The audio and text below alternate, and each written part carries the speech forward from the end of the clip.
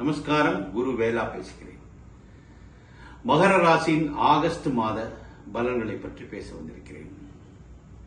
மகர ராசியின் மகர லக்னத்தின் அதிபதி சனி ஜென்மத்திலிருந்து விடுபட்டு 2ஆம் இடத்தில் சென்று மீண்டும் வக்ரமாகிறார். மகர ராசி நேயர்கள் இந்த கடந்த 5 ஆண்டு காலமாக மிக பெரும் தொல்லைகளுக்கு ஆட்பட்டிருப்பார்கள். செலவினங்கள் அதிகமாகவும் வரவுகள் கம்மியாகவும் தொட்டது தொடங்காமலும் தொழிலின் பின்னடைவும் கணவன் மனைவி பிணக்கும் கோர்ட்டு கேஸ் ஸ்டேஷன் என்று பல வேளைகளில் அலைந்திருப்பார்கள்.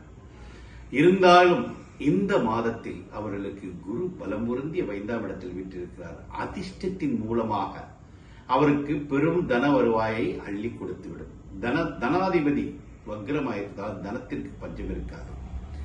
3 குடைவர் 5ஆம் இடத்தில் வீட்டிருப்பதால் சகோதரன் மூலமாக சகோதரன் உதவி செய்வான். மகர ராசிக்கு சகோதரன் சகோதரி உதவி செய்து சற்று பணம் கொடுத்து துன்பத்திலிருந்து விடுபடச் செய்வான். பஞ்சமாதிபதி பஞ்சமஸ்தானத்தில் இருந்து நேர் 8இல் உட்கார்ந்திருக்கிறார். அவருக்கும் பஞ்சமாதிபதி அதிர்ஷ்டத்தின் மூலமாக சற்று நன்மை ஏற்படும்.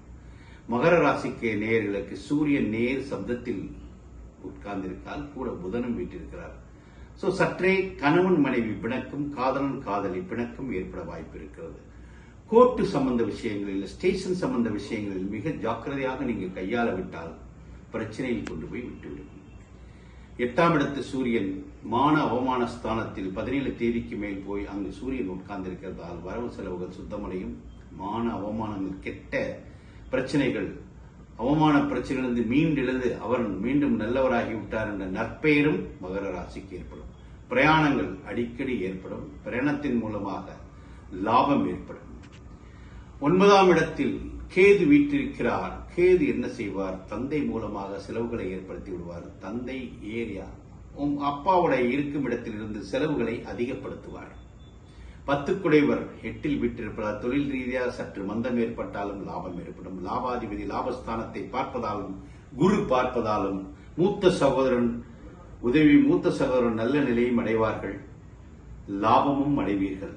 உங்களுக்கு ஏழரை இயற்கை சுபாவமான தொந்தரவுகள் உங்களுக்கு ஆட்படும். நீங்கள் வெள்ளி இரவு தலையணையில் எள்ளு வைத்து சனிக்கிழமை அதை தீபமாக போட்டு பெருமாள் ஆஞ்சநேயர் கோயிலுக்கு சென்று வர இந்த பிரச்சனையிலிருந்து மீட்டெடுக்கப்படுவீர்கள்.